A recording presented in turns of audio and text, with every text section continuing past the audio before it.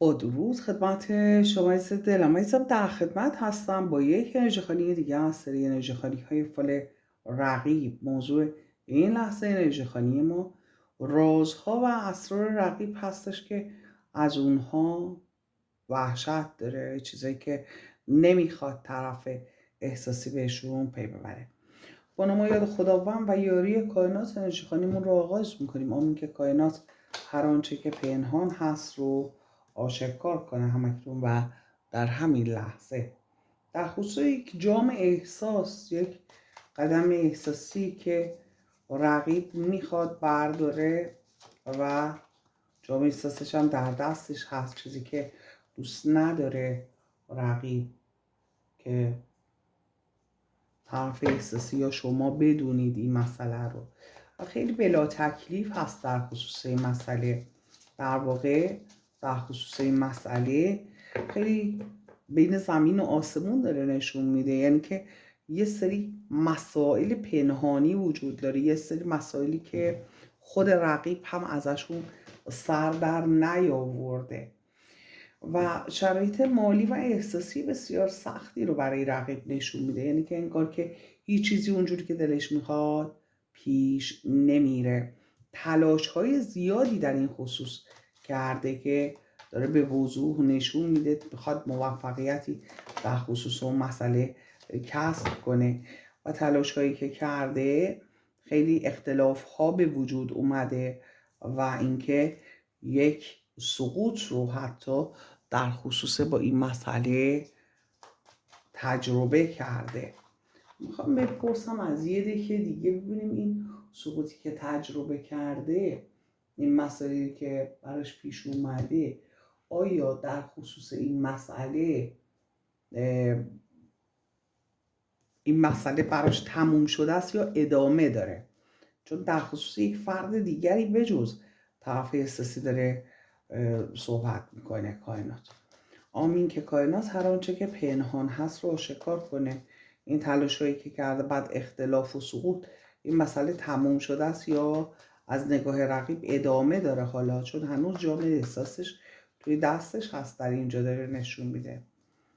آمین که کائنات هر آنچه که پنهان هست رو آشکار کنه. بله، میگه که بی خود مسئله مالی هم در اون مسئله وجود داشته و همینطور مسئله احساسی که اون فرد جامعه احساسش رو به رقیب نداده، منتظر یک معجزه هست. همونطور که ملاحظه میفرمایید دستش رو دستش گذاشته نشسته و دقیقا همین کارت رو میگه هنوز هم تلاش میکنه تا اون جامعه احساس از سمت اون فرد به سمتش بیاد و شرایط مالی احساسی خوبی رو میخواد داشته باشه و یک بانوی هم این بین وجود داره. حالا که رقیب چه رابطه با این بانو میتونه حتی داشته باشه، میتونه مادر اون فرد باشه که اجازه نداده این مسئله صورت بگیره. سقوط رو این بانو باعثش شده، حالا هرچی که هستش سقوط رو داره به این شکل نشون میده. دقیقا از همین کارت ها همونطور که دیدیم استفاده کرد کائنات برای جواب دادن به این مسئله. آمین که هر آنچه که پنهان هست بر شما عزیز دلم آشکار بشه. بله، بنابراین چیزی که کائنات داره بهش اشاره میکنه این هستش که رقیب یک سقوطی در خصوص این مسئله تجربه کرده، شمشیرش رو هم از رو کشیده، خیلی عصبانی است، خیلی زیرکانه هم حتی یک شمشیر داره میگه که خیلی زیرکانه حرکت کرده، ولی خب اون موفقیتی که توقعش رو داشته رو به دست نیاورده. مسئله دیگری که کائنات داره بهش اشاره میکنه همونطور که ملاحظه میفرمایید یک سورپرایز، منتظر یک سورپرایز اونجا نشون میده، منتظر یک معجزه هستش. یعنی امیدش تموم نشده و تلاشهاش ادامه داره. همونطور که ملاحظه میفرمایید اینجا فعالیت‌هاش رو داره در خصوص اون مسئله نشون میده. بنابراین امیدوار هستش که هنوزم که هنوزه میگه، چون به خاطر که دلش اونجا هست، پیش اون فرد هستش، نظرش رو خیلی جلب کرده. حالا ما بگیم که اصلا مسئله مالی بینشون، گناه کسی رو نمیشوریم اینجا، ولی خب داره رو مسئله احساسی از شروع مسئله موضوع رو احساسی نشون داد، ولی خب به مسائل مالی هم اشاره داره میکنه. در واقع رقیب رو داره طوری نشون میده که بله مسائل مالی هم براش مهمه، انگار که اون جامعه احساس یک بهانه هستش، چون بعد اون هیچ مسئله احساسی اینجا نشون نداد. ولی میگه دست و پا بستگی، یعنی هر چقدر تلاش کرده انگار که وارد یه مردابی شده، هر چقدر دست و پا زده بیشتر فرو رفته در اون مسئله. همونطور که ملاحظه کردید یک بانوی موجه رو نشون میداد که باعث این مسئله شده بود که این مسئله پیش نره. دست و پا بستگی و جام احساسی که بخواد رد و بدل بشه نمیشه به خاطر این دست و پا بستگی و خشم رقیب رو نشون میده. شمشیرش رو از رو کشیده، خیلی عصبانی هم هستش و نسبت به این مسئله بله میگه تلاش های زیادی کرده، اما هفت سکه رو داره نشون میده دستاورد و دسترنجی نداشته یا خیلی محدود بوده، به اون خواسته که میخواسته در واقع نرسیده. و میگه که یه خود حماقت ها، یعنی اشتباه هایی هم خودش کرده و توی اون اشتباهاتش همونطور که ملاحظه میفرمایید وجود انرژی شیطان، انرژی منفی رو داره بهش اشاره میکنه. از انرژی منفی برای اینکه بخواد قدرت بگیره استفاده کرده، ولی خب دوچار کارما شده، چیزی که داره کائنات نشون میده. و بعد از اون انرژی هایی که استفاده کرده اختلافات بیشتر شده، ضدیت بیشتر شده، دوچار کارما شدن رو به وضوح داره کائنات بهش اشاره میکنه. و حتی میگه این خودش از این طرف که رفته برای اینکه حالا یک کارایی انرژیکی انجام داده، حالا که خیلی هم به ضررش بوده، از طرف دیگه میگه این دلیل این ضدیت دچار کارما شدن یه طرف قضیه است، دسیسه فرد یا افرادی علیه رقیب رو هم داره نشون میده که باعث شده این کارهایی که میخواست انجام بده خوب پیش نره. در واقع چیزی که کائنات داره بهش اشاره میکنه در اینجا. بنابراین دو نفر، دو تا خانوم رو داره نشون میده با یه آقا که حالا یا دو تا خانوم با هم یا تنها تنها پیش دعانویس رفتن، حالا یه کارای دعایی انجام دادن، یا دو تا خانم با هم رفتن یا نه خانوما تک به تک رفتن. دو تا خانم پیش یه آقا رفتن، یه خانم آقا پیش یه خانم رفتن. سه نفر رو اینجا داره به وضوح نشون میده که کار دعایی انجام دادن. بله آمین که کائنات هر آنچه که پنهان هست رو آشکار کنه. بله و میگه این کاری که اینا کردن روی تمام گزینه‌های زندگی رقیب تاثیر گذاشته. بنابراین رقیب یه چالش بزرگ داشته و اینکه حالا بریم جلوتر میگه بله میگه پایان زده این کار دعایی که انجام دادن، پایان زده به تمام مسائلش. و همونطور که ملاحظه میفرمایید شبها هم انگار خوب نمیخوابه و نگران هستش، استرس و اضطراب و نگرانی رو داره نشون میده. و از این طرف هم چراغش گرفت دستش، خب نگاه میکنه بخواد بدونه که دلیل این که کاراش یهو همش خراب شده بله با غم ترک کردن اون رابطه رو هم حتی داره بهش اشاره میکنه، چیزی که اینجا کائنات داره میگه.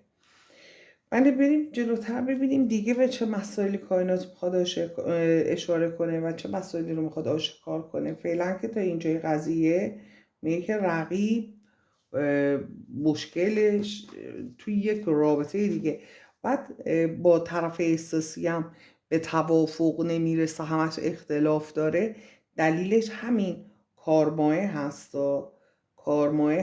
و انرژی های منفی که این فرد و افراد براش فرستادن رو تمام گزینه‌های زندگیش تاثیر گذاشته.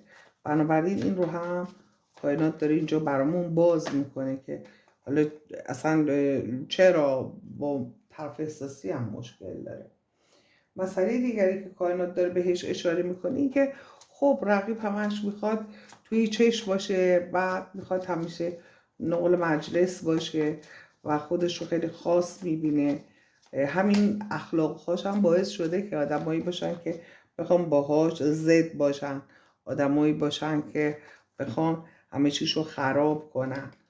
و مسئله دیگری که کائنات داره بهش اشاره میکنه اونطور که ملاحظه میفرمایید یک رابطه طولانی رو میخواسته داشته باشه اونجا، ولی خب نشده و این مسئله از طرف احساسی مخفی میکنه و بازی کردن رو داره بهش اشاره میکنه. اینکه حالا میخواد یه بازی رو شروع کرده بوده، پیش خودش فکر میکرده که این مسئله رو آغاز میکنه، بالاخره به یه جایی میرسه. ببخشید دلم بله، و نرسیده، نشده، خواستش اونطوری که دلش میخواسته و خواسته پیش نرفته. بنابراین برای به قدرت رسیدن این نقش رو بازی میکرده. در واقع اونجا چیزی به نام عشق وجود نداشته، ولی خب به نفعش بوده که خودش رو عاشق نشون بده تا بتونه به خواسته هاش برسه. و میگه که این مسئله‌ای که وجود داره مال گذشته رقیب هستش، ولی خب ابهامات، اون نقاط سیاه و ابهامات رو داره بهش اشاره میکنه و برنامه ریزی های رقیب رو داره بهش اشاره میکنه. یعنی که تا حالا هم ادامه داره این مسئله تموم نشده. این چیزی هست که اصلا رقیب نمیخواد در موردش با طرف احساسی هم صحبت کنه و یک عشق متفاوت احساس میکنه که این رابطهش یک عشق متفاوت هستش، یه چیز متفاوت بوده و فکر میکنه اگر اون مسئله میشد الان یک کدوم این مشکلات رو نداشت. اینطور فکر میکنه که اون رابطه میتونسته خیلی به دادش برسه، در واقع چیزی که حس میکنه. بله، و میگه که یه سری فاکتورهای دینی حالا ممکنه از نظر فرهنگی، اعتقادی و از نظر حالا وجهه اجتماعی، خانوادگی، طبقاتی خیلی هم تفاوت بوده بین رقیب و اون فرد. و در واقع چیزی رو که کائنات داره اینجا داره باز میکنه این هستش که از روی این غم و اندوهی که داشته وارد رابطه با طرف احساسی شده که اصلا به عنوان یه چسب زخم روی مرهمش از طرف احساسی استفاده کرده در واقع و اون رو هم به صورت یه راز نگهش داشته. خیلی دعا و حالا نظر و نیاز کردنش رو نشون میده تا اینکه بتونه یه تعادلی برقرار کنه تو زندگی. خیلی برای این مسئله تلاش کرده، ولی مسئله‌ای که بسیار بسیار حائز اهمیت و مهم هست در اینجا که نباید ندید گرفت این هستش که اون فرد انگار که حالا مثلا یه خیانتی کرده، یه اتفاقایی افتاده، مسیرش رو جدا کرده، هرچی که هستش، رقیب از طرف دیگه هم نمیخواد رابطش با طرف احساسی با تمام این مشکلاتی که داره تموم بشه. برای چی؟ برای اینکه احساس میکنه زیر نظر گرفتنش و پیش خودش فکر میکنه به هم میخندن، میگن که خب اونجا حالا مشکل بود، اینجا چیه و اینا. نمیخواد جواب بده به یه عده آدم، بنابراین نمیخواد که زیر سوال بره. برای همین این رابطه‌ای که با طرف احساسی داره با وجود مشکلات بسیار بسیار زیاد، ولی سعی میکنه خیلی رابطه رو، ظاهرش رو حتی مخصوصا عاشقانه و خوب نشون بده، یک عشق واقعی نشون بده. حالا هم اونا رو به قول معروف بچزونه، همین که انتقامی گرفته باشه، همین که فراموش کنه اون مسئله رو و یه شروع با طرف احساسی به خاطر این مسئله داشته. در واقع چیزی که داره کائنات بهش اشاره میکنه و اینکه احساس میکنه که یک عشقی که پنهانی هستش، مخفی هست و هیچ وقت نمیتونه به زبون بیاره و دلتنگی اون فرد رو، اون شرایط احساسی و مسائل رو هم میتونه داشته باشه. مسئله دیگری که کائنات، ببین عزیز دلم، اینجا داره به مسئله مالی یک موضوع احساسی اشاره میکنه. ممکن هست همه اینها اصلا در خصوص یک مسئله مالی باشه، ممکن هست. ما اینجا گناه کسی رو نمیشوریم، چیزی که کائنات داره نشون میده رو کارتا رو داریم میخونیم. میگه که یک عشق آتشی، یک عشق متفاوت، حتی رابطهش رو با وجود مشکلاتی که داره باز هم سعی میکنه خیلی خوب نشون بده رابطه رو. حتی ببینید در اینجا اون عشقش در واقع نسبت به اون فرد هستش، یه قدم جلو میاد، یه قدم عقب میره، یه بازی رو بالاخره آغاز کرده که امیدوار هستش که بتونه جواب بگیره، هنوز به این مسئله فکر میکنه و از طرف دیگه میدونه که طرف احساسی او رو نمیبینه. نه طرف احساسی میبینه نه اون فرد میبینه، به خاطر انرژی‌های منفی که وجود داره، ولی ظاهر رو سعی میکنه خوب نشون بده. جدایی رو نشون میده، نسبت به اون فرد هم جدایی هستش، نسبت به طرف احساسی هم این جدایی وجود داره، خودش هم اینو خوب میدونه و موضوعی که هستش میگه از ذهنش نمیتونه پاک کنه و مجبور هست با طرف احساسی به خاطر اون جدایی که تجربه کرده ادامه بده و اون فرد هم دنبال زندگی خودشه. یه موقع حالا یه چیزایی در مورد اون فردم میشنوه، میبینه، خیلی شوکه میشه، خیلی ناراحت میشه، خیلی به هم میریزه و یک رقابتی هم این طرف نسبت به شما، هم اون طرف نسبت به فرد دیگری رو داره کائنات بهش اشاره میکنه و دنبال اون انرژی عشق هستش، میخواد اون عشق رو دریافت کنه و در واقع طرف احساسی اینجا یه قربانی هستش، حالا خودش هم میدونه یا نمیدونه، ولی خب یک بار سنگینی هستش روی دوش رقیب. این مسئله میخواد یک پایانی بده به اون که اون فرد رو دیگه زیر نظر نگیره، رقیب رو ندید بگیره، به زندگیش ادامه بده. خیلی دوست داره این کارو بکنه اما نمیتونه و هر وقتم که میاد به خودش بیاد میبینه که باز توی همون مسیر هست و به همون مسئله احساسی داره فکر میکنه و میگه ذهنش رو نمیتونه رقیب کنترل کنه. تمام مشکلش با این مسائل هم همین هستش، نمیتونه ذهنش رو کنترل کنه. اصلا به خاطر همین هم وارد رابطه با طرف احساسی شد. کارتی که افتاد کارت مسئله رویاها و خیال پردازی های رقیب بود.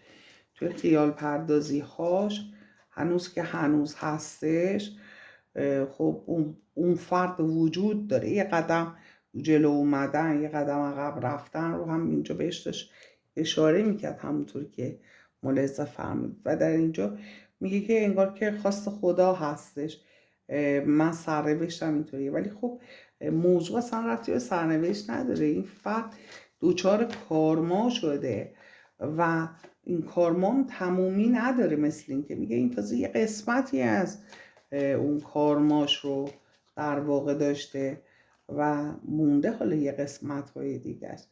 و همونطوری که ملاحظه میفرمایید بله، حماقت، اشتباه رو داره بهش اشاره میکنه و اینکه زمانش رسیده، زمان یه سری مسائل رسیده، زمان یه سری چیزا رو که باید جواب بده و این اسراری که رقیب داره باعث شده که بین او و خیلی از آدم فاصله ایجاد بشه، به خاطر اینکه ترس داره از اینکه حالا اون اسرار یه موقع به میون بیاد. و مسئله‌ای که داره بهش کائنات اشاره میکنه، یه خیلی با احتیاط حرکت میکنه در خصوص مسائل مختلف و نمیتونه فراموش کنه. خیلی دوست داره جهت بده، خیلی دوست داره به اون خواسته قلبیش برسه، ولی خب سنگ رو داره بهش اشاره میکنه، میگه یعنی اون فرد هم هیچ علاقه‌ای به ادامه با رقیب نداره، اصلا نمیتونه رقیب رو نمیبینه، همونطوری که طرف احساسی نمیبینه و از طرف احساسی استفاده کرده برای اینکه اون رابطه رو فراموش کنه یا اون فرد رو حس حسادتش رو تحریک کنه و همه اینها کارما داره. همه این کارا دوست دارم عزیز دلم. چه تا این لحظه لایک سابسکرایب نکردی لطفا لایک و سابسکرایب کن، اچند خودت حمایت کن. در نور باش که باید شب و روز بر شما عزیز دلم به خیر خوشی باشه. آمین.